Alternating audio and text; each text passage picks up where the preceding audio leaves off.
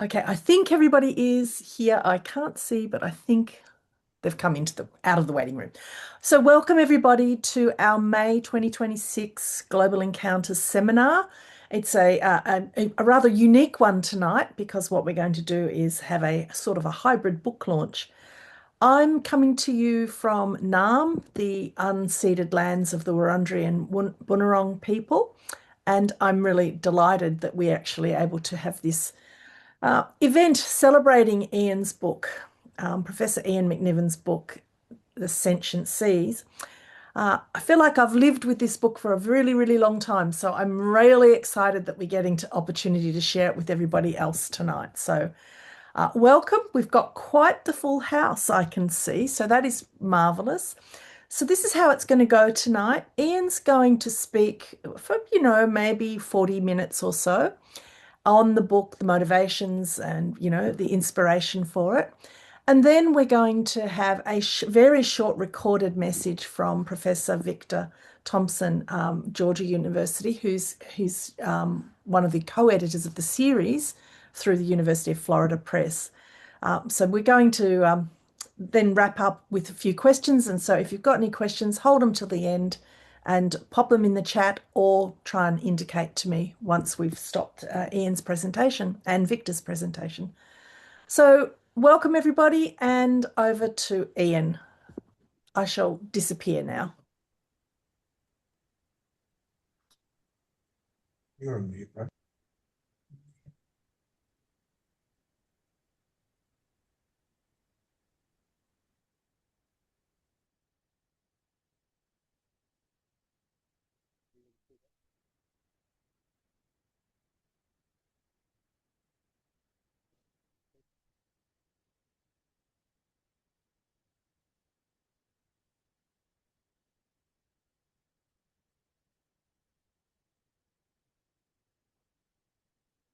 I can't hear you, Ian.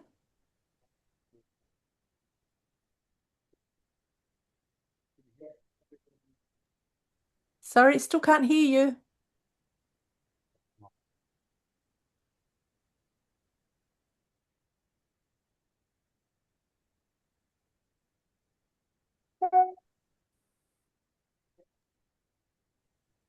Hear me now? Yes, we can hear you now. Okay, I'll try sharing. It stopped with the sharing for some reason. Okay.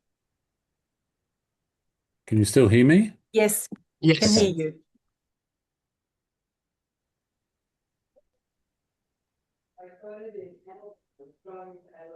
Okay, that's all good? Yes. Okay, We can hear you. thank you. Okay, well, thanks, Lynette, for the introduction, and thank you, everybody, for turning up. Like Lynette said, this is a sort of a soft launch of my new book. And what I intend to do is to give you a bit of a, like Lynette said, a bit of an overview of what led into the sort of the writing of the book, but also a bit of a quick sort of thumbnail sketch of different chapters, et cetera, to see to get an understanding of what I've tried to achieve. So there's the cover. The book comprises 12 chapters. So essentially I'll sort of run through it, I guess. Some sections a little bit more detailed than others, depending on how I think the relevance is. But like all books, as anybody who's written a book knows, the most important part is the acknowledgements and you never write one of these things by yourself. There's a lot of people that help you and support you along the way, and that's where I'd like to start this presentation with a series of acknowledgements. So first up, Victor Thompson and Scott Fitzpatrick, as Lynette said, they're the series editors of Society and Ecology in Island and Coastal Archaeology with the University Press, Florida. And in particular, Victor's the one that approached me to ask if I would actually write a book. And it was based on the work that I've been doing in Torres Strait, particularly on rituals of dugong hunting and how we can get an understanding of the archaeology of that and what it means for trying to understand sort of maritime peoples, not from an economic subsistence point of view, but changing the focus a little to one that in fact is how maritime people themselves like to view themselves in terms of their identity. And that's very much from a cosmological and spiritual sense of how they relate to the sea and how they have an understanding, the ontology of seascapes. So thank you to Victor for the invitation. The invitation was quite a few years ago, so it's taken many years to write this book. Now, a lot of the inspiration for this book came from my, well, probably all of it really, from my work in Torres Strait. And first up, I'd like to thank anthropologists John Cordell and Judith Fitzpatrick, who actually invited me in 1996 to go up to Torres Strait and undertake some cultural heritage work. And it's really their invitation that has pretty much changed my life and has led to this book. There's a whole series of Torres Strait Islanders who have helped me understand and open my eyes to another world of seascapes and maritime peoples. And I'd like to thank a number of people here, like Signet Repu and Terence Warp and Sophie Luffman, Gumagol people from Mobiag, the large David clan there, Charles David, Joe David, Mark David, Ned David, and Mr. Arthur Kebesu, Kulkugol people from the central part of Torres Strait, Father John Manus, Mulgol from Western Torres Strait, and my colleagues, brothers in arms who have been, we've been working side by side for a number of decades now on the archaeology of Torres Strait, and Jeremy Ash, Joe Crouch, Bruno David, and Garrick Hitchcock. And I'd also like to have a big shout out to John Bradley. John Bradley, as many of you know, an extraordinary anthropologist that has worked very closely with the Anua people for more than 3 decades. And John certainly opened my eyes as well to a more anthropologically oriented way of doing archaeology that is closer to, like I say, closer to how the people themselves would like to see themselves represented, but also how they like to see their history written. So all of these people have challenged me, particularly in terms of sort of ontology and the way that I approach my archaeological research. And in fact, it's fundamentally changed the way I do my archaeological research. Of course, anybody who's worked with a book and a publisher, there's many people in the publishing house that make your work appear. And I'd certainly like to thank Mary Puckett, Martha Walters, Billy Smith Happener, and also Karen Gillen, who's a independent proofer and indexer. And also, again, I'm going to thank Victor Thompson. Sentient Seas is around 220,000 words. The manuscript I submitted was 300,000 words with nearly 2,000 references. And Victor went, that's probably not really going to cut it, Ian. And he said, do you want me to let rip with my red editing pen? And I said, yes.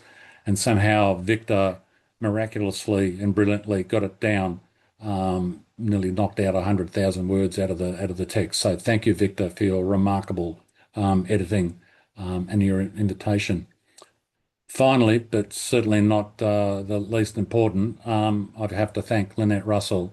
Like Lynette said, she's lived with this book for, well, at least 7 years. So thank you, Lynette, for standing by me and always sort of knowing that I could do this book even when I wasn't quite sure I could do it. So I just want to thank you.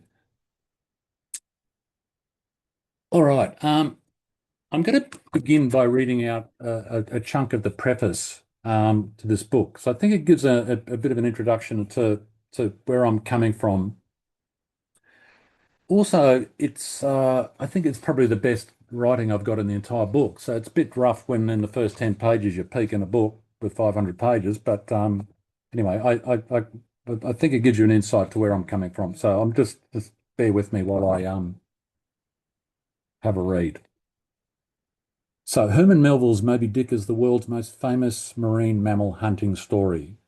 D.H. Lawrence, in his 1923 book Studies in Classic American Literature, described it as, and I quote, the greatest book of the sea ever written.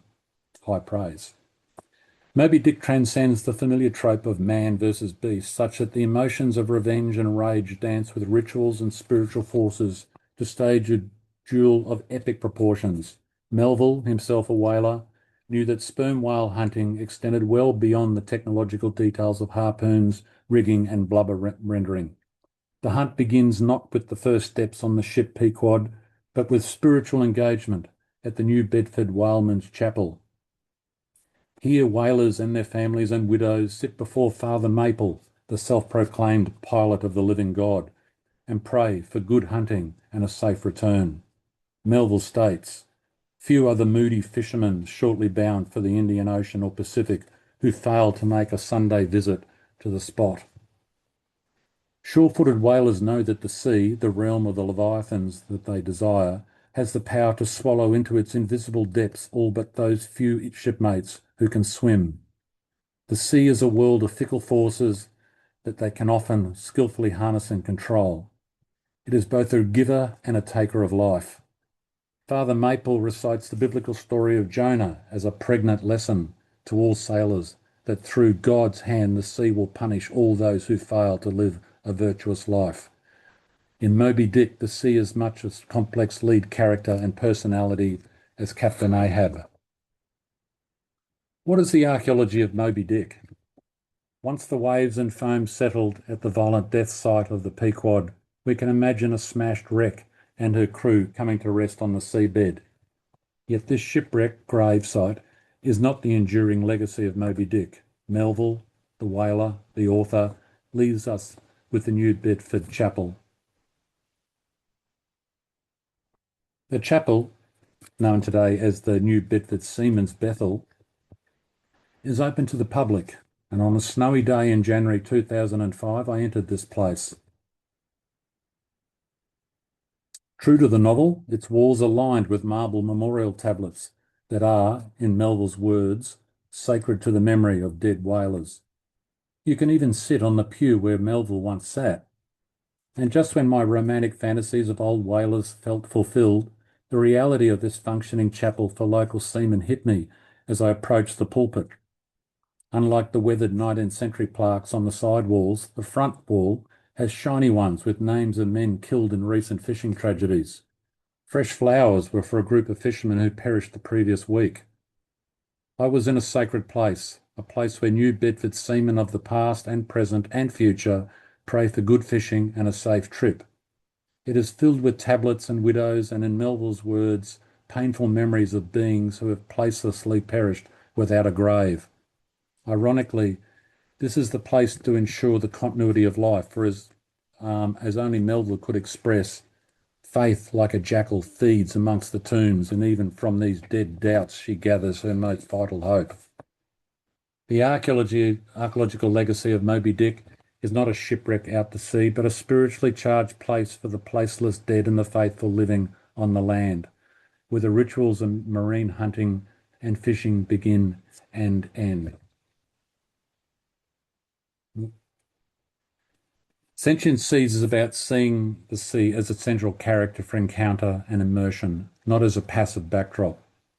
Maritime peoples know that the sea, salt water, not only is populated by sentient beings, both mundane and fantastical, but also has sentience and emotional qualities in its own right. Mariners think about and with the sea, and equally know that the sea is aware of them.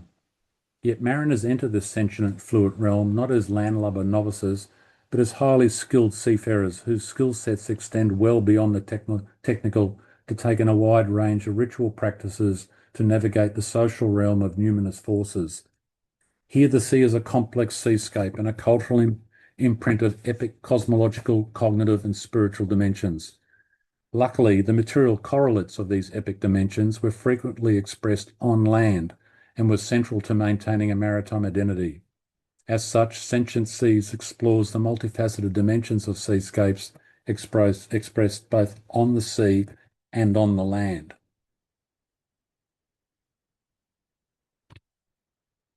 Okay. So, in a nutshell, this book elaborates an archaeology of sentient seas and agentive seascapes using a broad range of historical, ethnographic and archaeological examples drawn from across the globe. The ultimate aim of the book is not only to demonstrate the veracity of the sentient seas and agentive seascapes ontology and seascapes as spiritscapes concept, but also to illustrate their potential universal application using diverse examples drawn from numerous Indigenous cultures and places such as Australia and North America, but also from Western and Christian traditions of seafaring and European maritime societies. My chronological sweep is broad and takes in historical and ethnographic information from contemporary societies, and societies of the past 1,000 years, along with many examples dating to the past 100,000 years available only through the work of archaeologists. The book is more ontological than epistemological in that it aims to expose researchers to the multidimensionality of spiritual conceptualizations of and ritual engagements with seascapes. In this sense, I do not wish to tell researchers how to research seascapes, but rather to comprehensively illustrate the range of what to think about in terms of seascapes. Sentient Seas is explicitly cross-cultural to shine a light on the diversity of maritime rituals and seascape cosmologies. In this sense, I provide cross-cultural comparisons to highlight the many extraordinary similarities that exist in the ways peoples across the globe view the sea and ritually engage with it. These comparisons provide support for the long-standing contention of maritime folklorists that a certain universality exists to maritime cultures. Now, this book is not about rummaging through archaeological literature to identify traces of ritual practices in the past.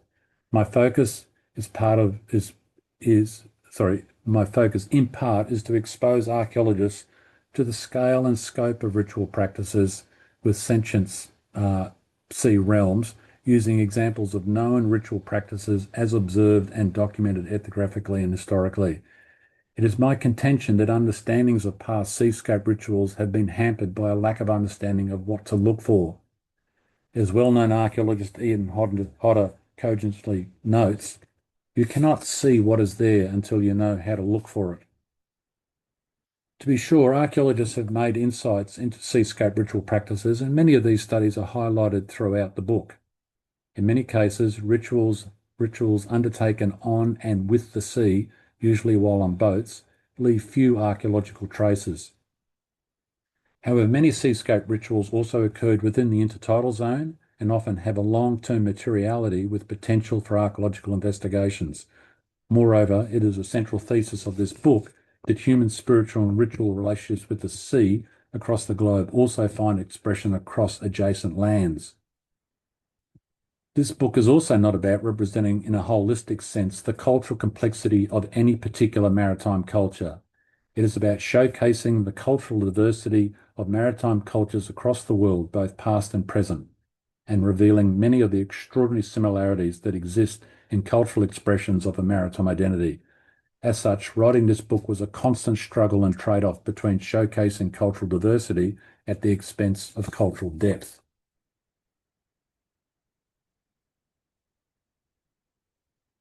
So there's the table of contents. As you can see, it comprises, like I said, 12 chapters. And in a sense, these can be broken up into 6 epistemological and ontological themes. So the introduction, Seascape Awakenings, is pretty much charts my own journey of understanding and really my own ontological turn in terms of understanding seascapes and getting an understanding that seascapes are much more than just the sea. And at the beginning, I mentioned in the acknowledgements the work of John Caudell and Judith Fitzpatrick, and this is where I'd like to start. So while visiting Mobiag, the island of Mobiag, the residential home of the Gumagol, in Torres Strait in 1996, customary marine tenure anthropologist John Caudell asked me, while we're sitting down and having a beer, he said, "Ian, what do you think the archaeology of a totemic seascape would look like?"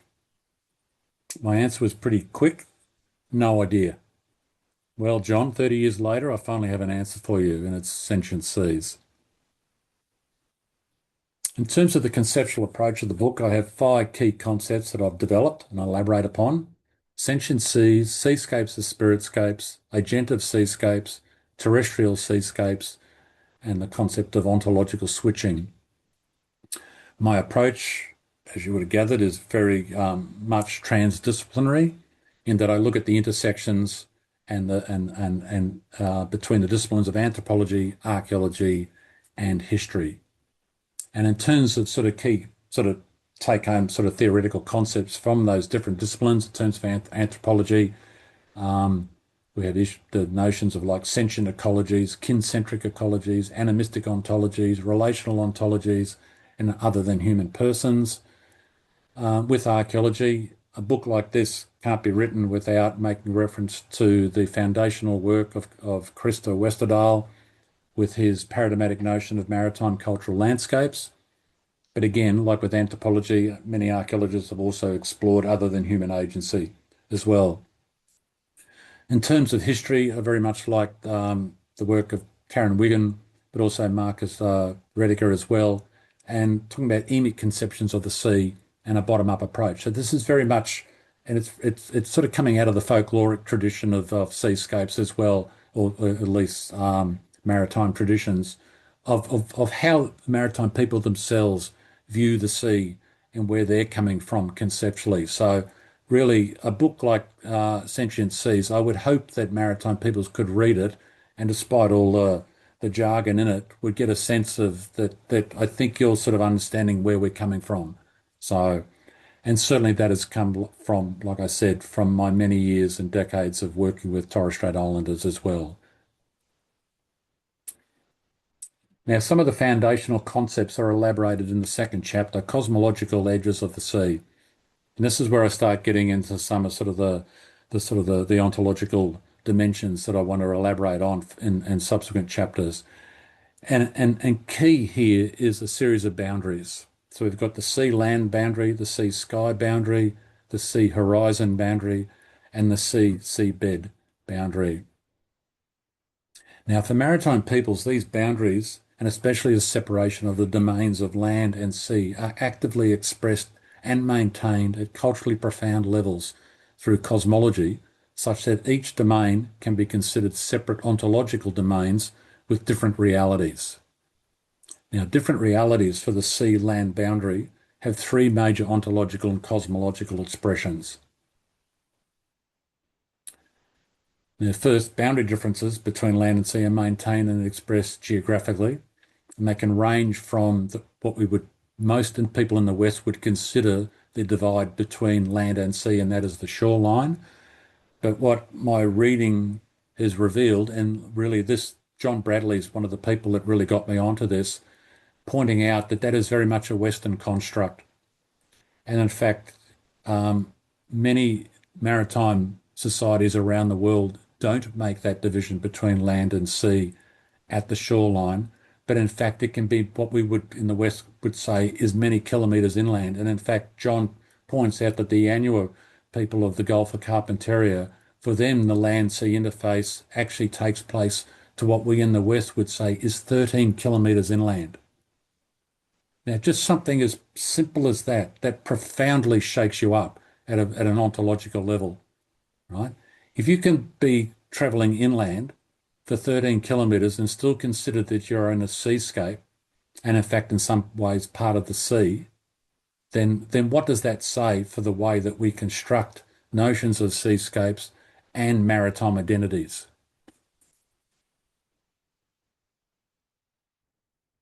The second, that you have domain differences between land and sea, and these can be expressed behaviourally. And this is where you really come into a lot of the literature with folklorists. And one of a key thing that everybody talks about in that literature is the language differences that maritime peoples use between on land and at sea. And it's often phrased in terms of, I think it's a Scandinavian term, Noah words and taboo terms, that there is actually a separate language that many maritime peoples and many mariners use while out on the sea. There's words that you have to use, and there's words that you are not allowed to use when you're out on the sea. The sea is actually a different ontological domain that deserves and requires its own language for you to sort of, in a sense, harmonise metaphysically with the sea. The other behavioural dimension is in terms of gender. And most maritime societies have a very strong gender binary between the sea being a male domain and the land being a female domain. And a lot of literature also talks about a binary here in terms of food and raw materials, and that in fact, and you get this with a lot of the Native American communities and also some Aboriginal groups as well, and that is that objects of the land cannot mix with objects of the sea in terms of the production of material culture. And also, in fact, seafood cannot be mixed with land food in many of these societies as well. So you can't have marine foods and terrestrial foods on the same plate. So reef and beef, it's a no-go. Transitional differences. And this is we start getting into some of the key metaphysical sort of dimensions of use of the sea. And this also comes down to some of the fluidity that you get between the interface between land and sea, particularly with that tidal dynamic, where in some places it can be like over 10 meters, where suddenly you can be in water, then suddenly a few hours later you're standing on the seabed.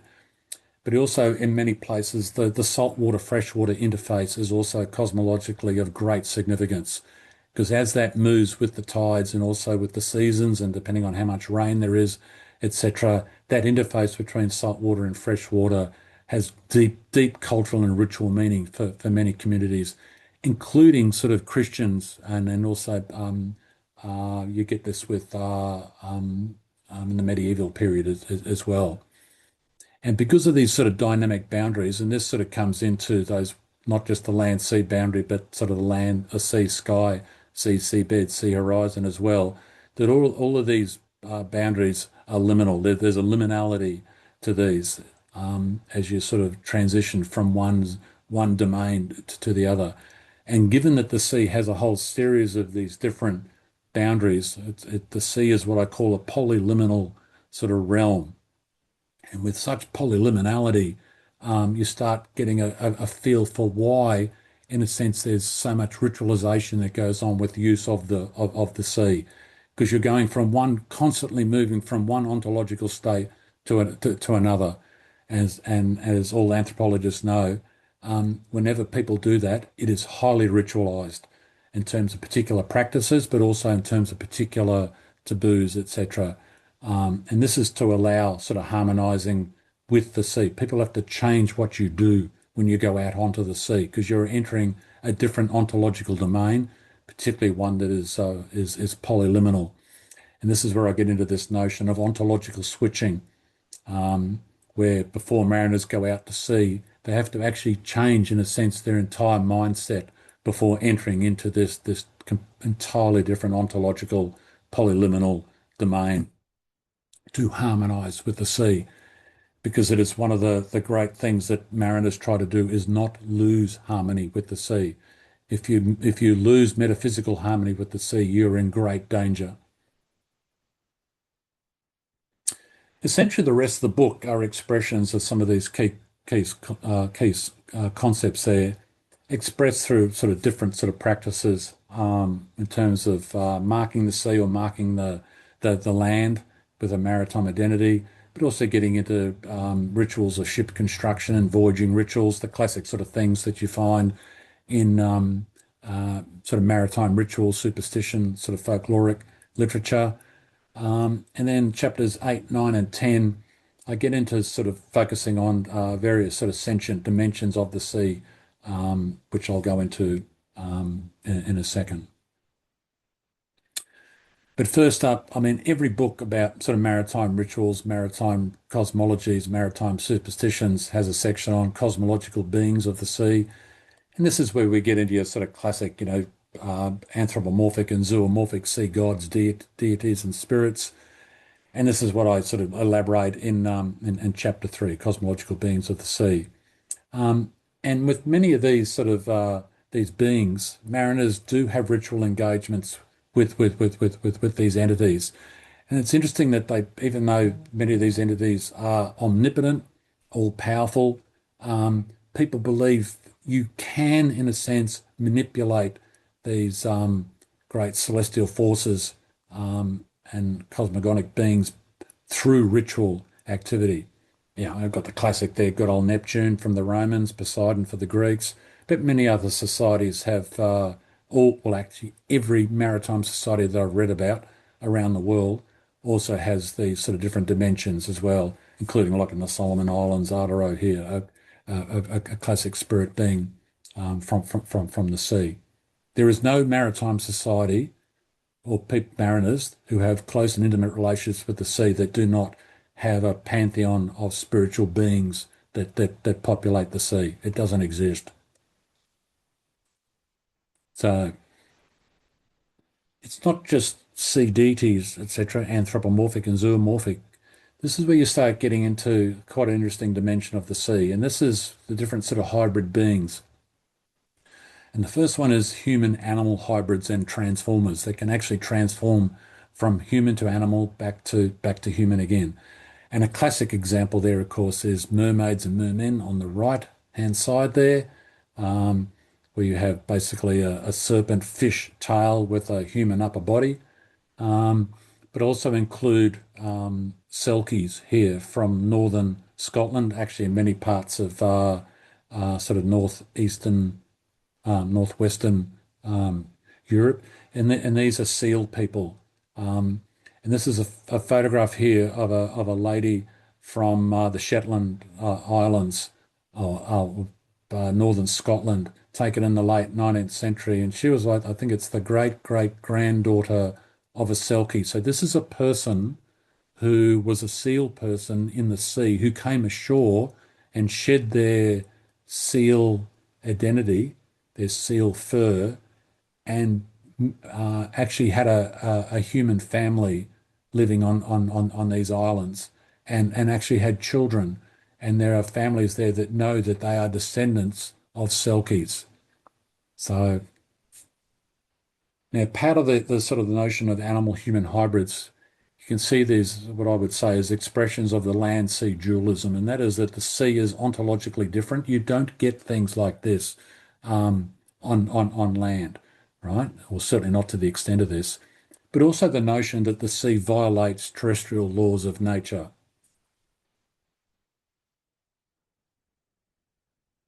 You also get animal hybrids, not just animal-human hybrids, and of course sea monsters.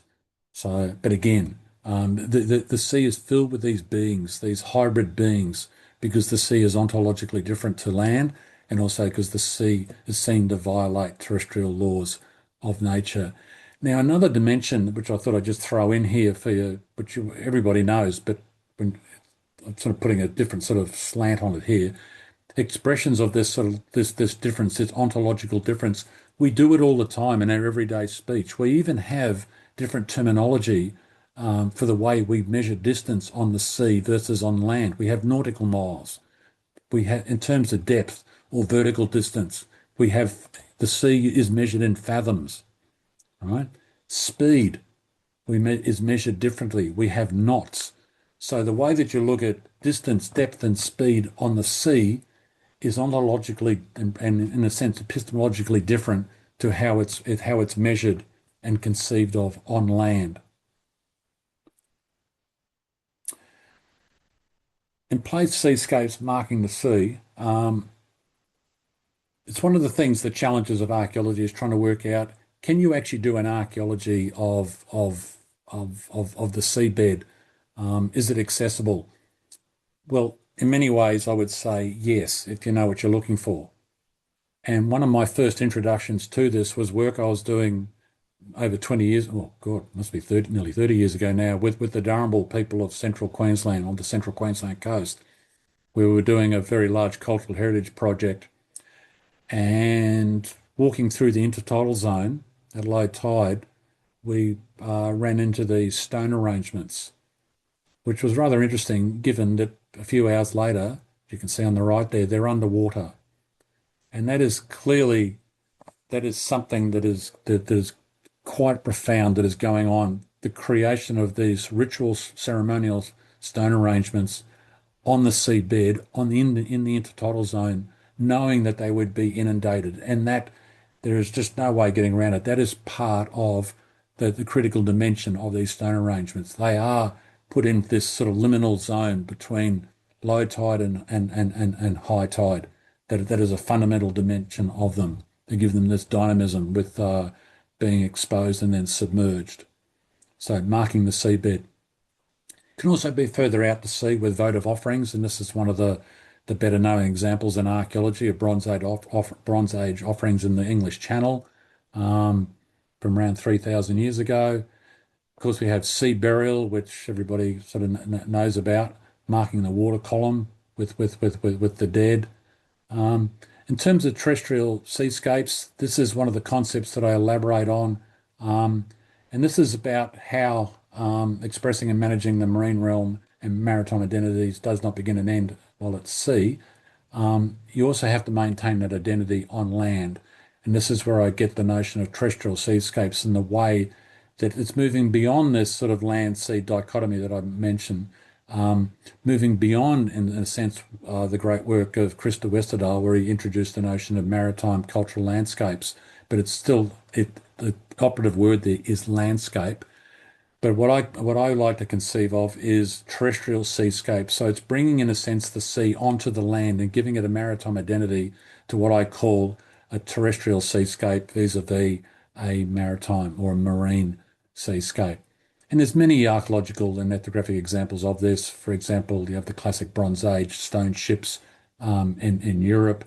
Everybody knows about the famous Sutton Hoo bringing a large ship 1400 years ago, bring it 13 kilometres inland, admittedly via a waterway, but that's very much giving the land a maritime identity.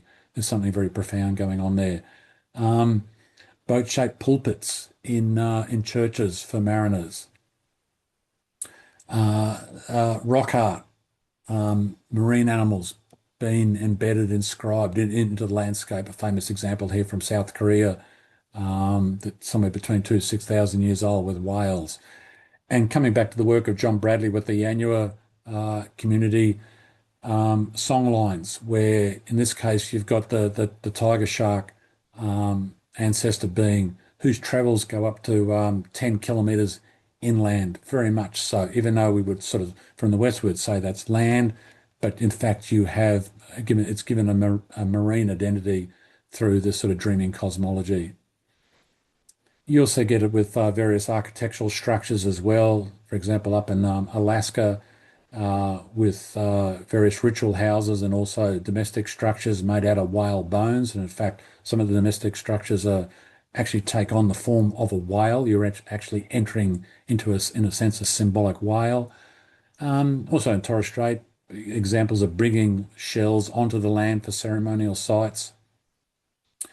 I'm sort of ripping through this. So rituals of ship construction and destruction. And this is about creating what I call animate objects, beings, and that is that ships are alive. They're considered to be sentient beings. And there's a whole range of different strategies to do that. There's the well-known ones of giving ships figureheads, but also putting eyes on ships so they can see. Predatorization is something I go into in quite a bit of detail. A classic example here of the ancient Greek trireme. It's got the eye, but it's also got the battering ram with tripods, etc., to turn it into an aggressive, agentive, basically, being that actually wants to ram other ships. You get that in Torres Strait as well, with large canoes that have these sort of anthropomorphic, zoomorphic front parts of the prow with mouths and beards and eyes and teeth. Launching rituals clearly is something that we all know about. But you also have sort of end-of-life rituals, such as the sinking of ships, giving them a right royal sort of sea burial.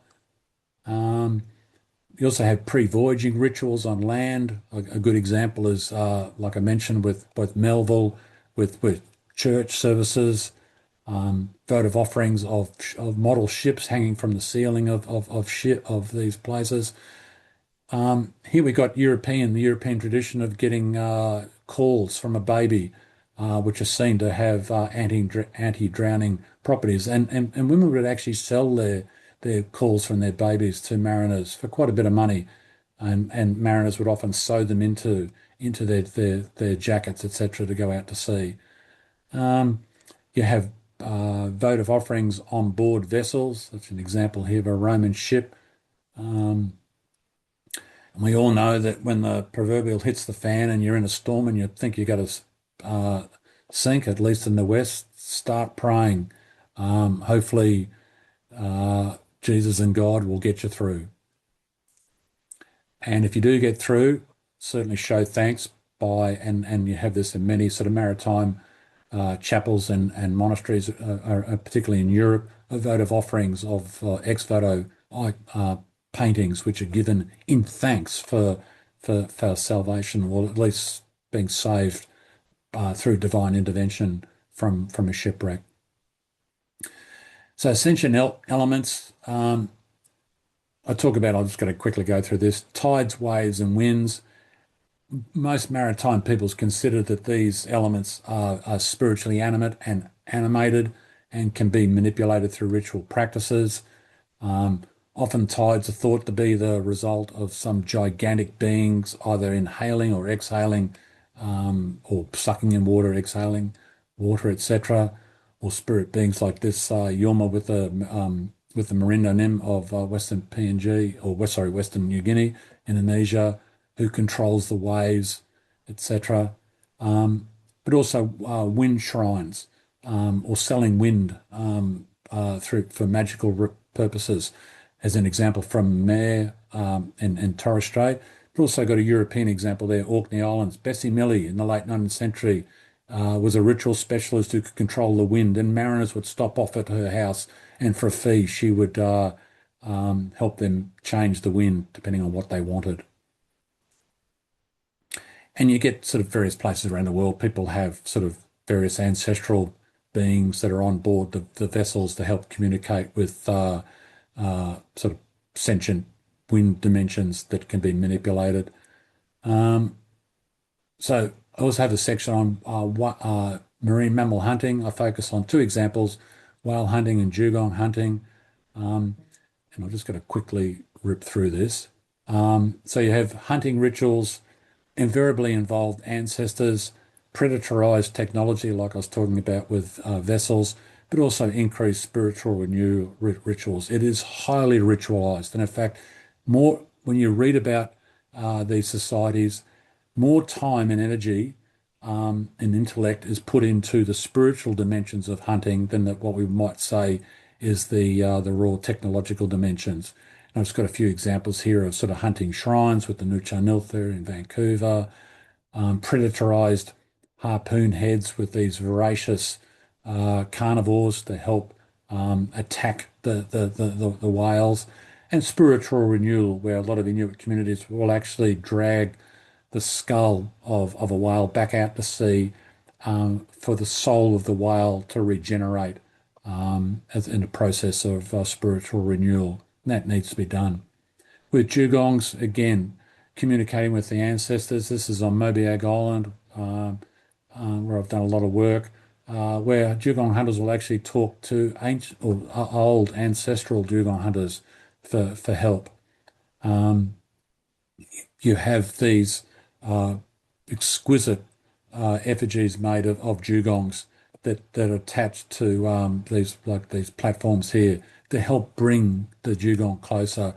And also we've found doing our archaeological work that Torres Strait Islanders would extract the ear bones here from the back of the skull of dugongs to help communicate with dugongs, again, to try and bring them into the hunter as part of that sort of dialogical matrix.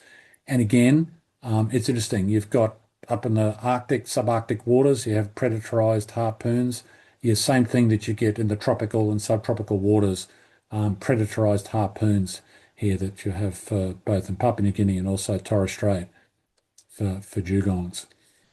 And also dugong increase rituals here. This is an example documented by John Bradley with the Anua people, where you actually have these ancestral dugongs here, where certain rituals take place to increase the number of dugongs in the sea.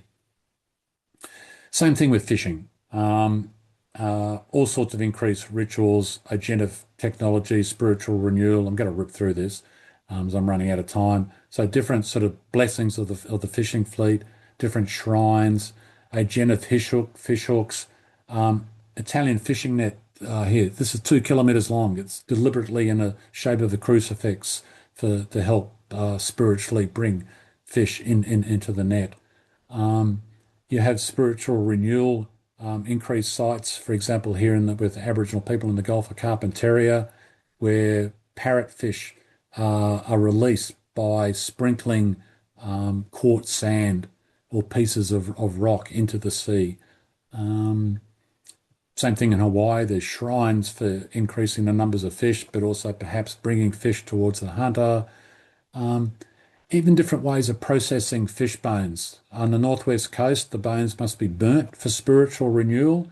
In Scotland, people deliberately didn't burn fish bones with the hope of spiritual renewal of the fish. So again, it doesn't matter which culture you're talking about. It's not just Indigenous cultures. You have the same thing with European maritime societies as well. There's this extraordinary commonality. Okay, so just to sort of finish up quickly. So Sentient Seas samples the extraordinary array of culturally diverse ways that mariners and maritime peoples past and present conceptually conceive of and ritually engage with the marine realm. All maritime peoples know that acknowledging the sea as a sentient domain and treating its omnipotent and omnipresent powers and forces with humility and deference helps keep them alive. Hubris and indifference on the sea means courting death.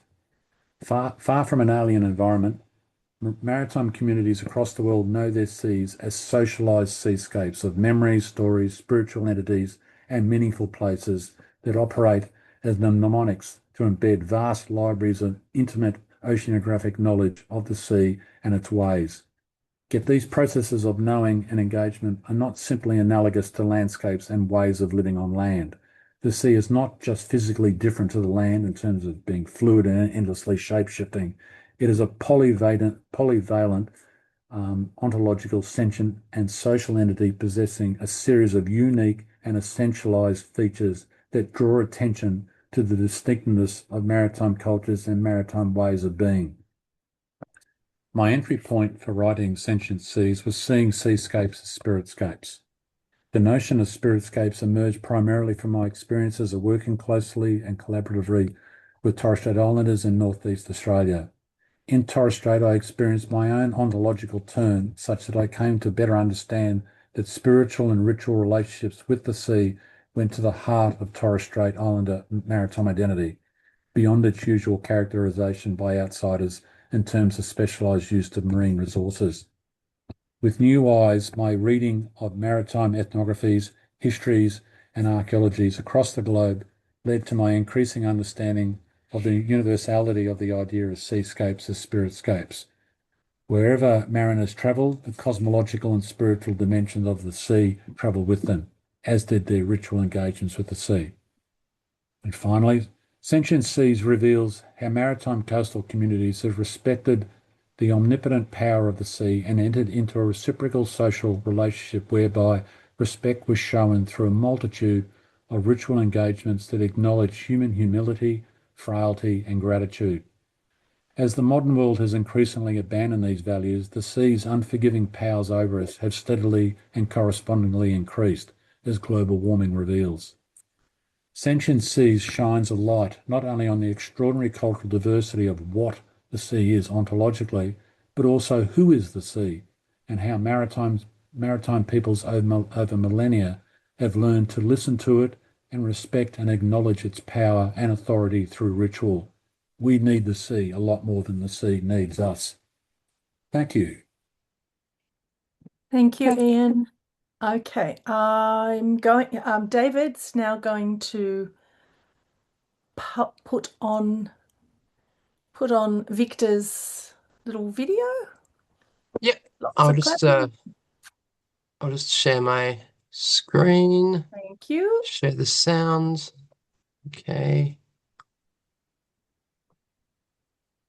Okay, everyone can see that? Yep. Yeah, I'll press play. Hi, I'm Victor Thompson. I'm a professor and director of the Georgia Museum of Natural History at the University of Georgia. And I'm also one of the co-editors of the University Press of Florida Society in Ecology in Island and Coastal Archaeology, along with my co-editor, Scott Fitzpatrick of the University of Oregon. And I'm speaking to you about Ian's new book, Sentient Seas, that has just come out in the series published by the University Press of Florida. And just to tell you a little bit about why we wanted Ian to write a book for our series. In short, Ian is one of our favorite authors. His writing is absolutely fantastic. Both Scott and I have been enamored with Ian's work for many, many years. And so the opportunity to have him write a book for our series was one that was just a dream. It was literally one of the most fantastic things that could happen for us as co-editors of this series. When Ian turned in his draft of the volume, that really is a global exploration of maritime ritual, as I'm sure you all will be talking about at this book launch and celebration. We were both just floored at the scope, the detail, and as always, the readability that Ian brings to his writing of making these seemingly complex topics so understandable, but also he gives them the depth that they deserve. And the book really is just a joy to read. It is really a special book in our series. Both Scott and I, we were actually just in San Francisco for the Society for American Archaeology meetings there, and we're raving about it to colleagues. And I really do think this is a very special book. We think this book is going to make waves, pun intended here, throughout the archaeological community, as well as people who are just in general interested in the history of maritime ritual and our relationship with the oceans, which, as we all know, is critical importance as we move forward into the future. So Ian's book is, as we say in our forward, if you're going to be stuck on a desert island with only one thing to read, it should be Ian's book, because you'd realize that you weren't alone, that you would be surrounded by the ocean itself and all the sentient beings that dwell within it. And, it really is just this wonderful treaty on all these different aspects of human society and their relationship with the oceans. So I really, really wish I could be there with you all to celebrate this just absolutely wonderful achievement. And we are so pleased that Ian chose the press and our series to collaborate with on this. And we wish him well, and we wish you all a just glorious time talking about Sentient Seas. So cheers from the US, and I hope you all are having a good time. Thank you. Thank you. That leaves us a couple of minutes for questions. We've Mark Harris has put a very generous comment in the comments section saying thank you so much, Ian, for presenting this wonderful book. Really enjoyed it. So that's a nice compliment there. Anybody got any questions? I can't actually see anybody because everyone's got their cameras off. That's all right. Does anybody have any questions or comments for Ian? It is a magnum opus. It's a huge effort, and it's one that really, I keep thinking about a comment that Sir David Attenborough made last week on his 100th birthday, and he said, "If we save the sea, we save the planet." And that the importance of the role of the sea in everything we do is just so critical. Do we have any questions? Yeah, I got one. Someone's got one? I can hear someone speaking. No? Mike, go for it, Mike. What Trevor said, brilliant book. and the outline, I've yet to read it. But Ian, it's so the fluid nature of these land-sea boundaries. It's just, captivating. Um, what I'm thinking is when the early explorers started going going around, and the Western concepts these days, very hard lines on maps. Whenever you pick up a map. So I'm kind of thinking, where did we go wrong? If you know what I mean. What I find interesting is that, I mean, a lot of the mariners, I mean, they would have had a lot of these ideas in their head, but it doesn't come through in their writings. Uh, And I get the same sort of understanding with Alfred Haddon, the anthropologist, who did all that famous work in Torres Strait, where he's talking about Torres Strait Islanders and all their spiritual relations with the sea, and it's like, but he knew from his own background and the peoples that he worked with that people in England and Scotland had the same sorts of understandings of the sea, but he never mentioned that, and I find it interesting. So, I guess. Um, a lot of Europeans sort of buried a lot of these ideas. 'Cause I think a lot of it is, I mean, you get this with some of the folkloric literature about superstitions that a lot of these small fishing communities, they're a little embarrassed to talk about it because they know some of the metropolitan sort of peoples will, so-called more educated people will sort of throw off at them and, look down upon them. Um, so I think people were bearing a lot of these ideas, even though they had them to write these more so-called objective sort of treatises and stuff. So, but even with mapping, I mean, it's interesting. You might think it's simple to put a line on a map, but when people get to estuaries and the intertidal zone and particularly river deltas, where on earth do you put the line? Mm, So mm, even they had trouble with that. So yeah. Yeah. Thanks, Mike. Yeah. Can I say it's Roger here? Hi, Roger. Yep, Yeah. yep. I can't see you. Oh, there Yeah, you are. I can see you guys, but look, I'll be short. It's a wonderful bit of work, Ian, and I'm still digesting it.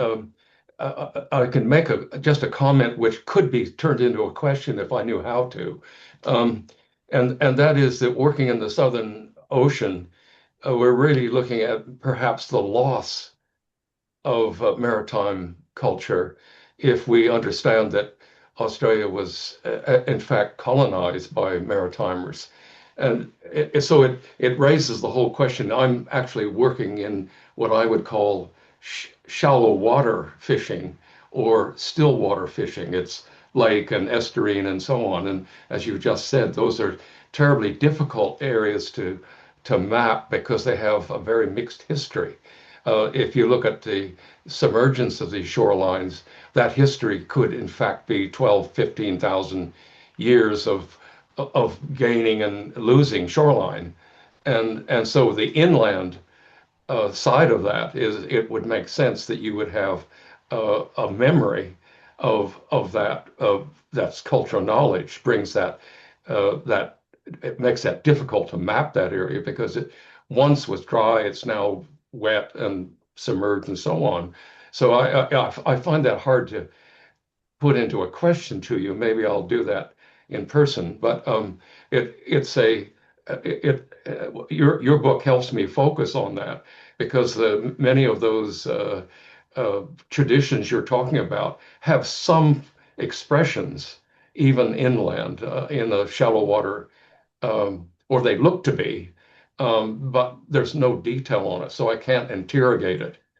And it's an area where, in fact, there's been so much introduction of new technologies, new fishing, new fish species are being introduced into those areas.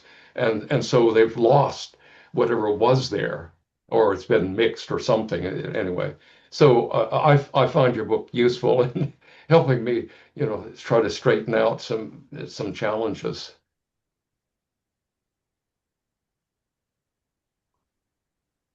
thank you. I can't hear you, Ian. Oh, hang on. We Okay, can you're hear you right. now. Okay. Yeah.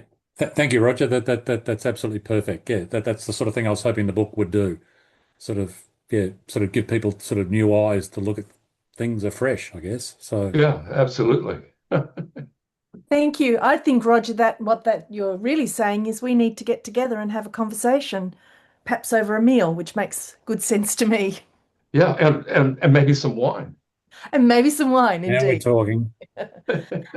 Rosalie Trioli's just made a comment here, and I think I'll make that the last comment. It's what people hold in common rather than what makes people different is just so uplifting to encounter in this research. So thank you. Thank you, Rosalie. Yeah. You've been one of our stalwart attendees of our project and program. So thank you very much. David's going to pop up our last slide. There's Um, actually a couple of last slides. sorry, So you go for it, David. yeah.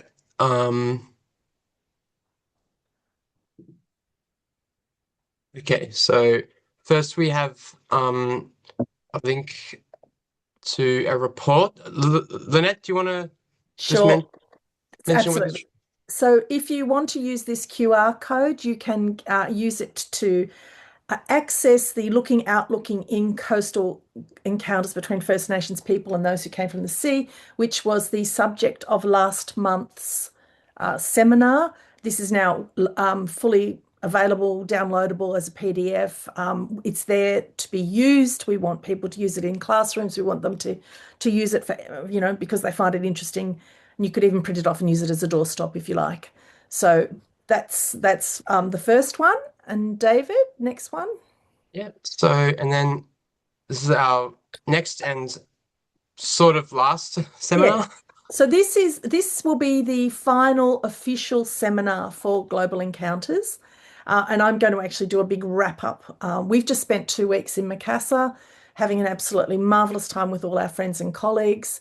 We're going to next month, we'll do a seminar, we'll wrap everything up. But what we're going to do, the plan is, while strictly speaking, the project has run its course and run out of funding, which is the key thing. We are going to continue to hold, seminars, maybe not every month, but just the occasional seminar. We're exploring the possibility if people were interested, and if you are, please drop me a line. The possibility of an encounters book club.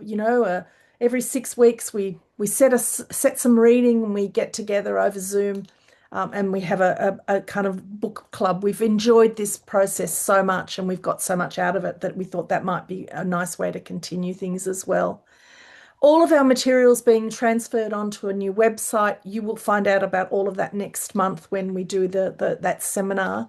But for the time being, it's a kind of bittersweet moment, but it's the inevitable ending. I'm finishing at Monash in December, and therefore will become an emeritus. And in that role, I will, I think, have more time to do some of the things that I really want to do. And one of the things I do want to continue to do is some of the sub-projects and elements of this particular research, but under my own steam and not the steam of the ARC.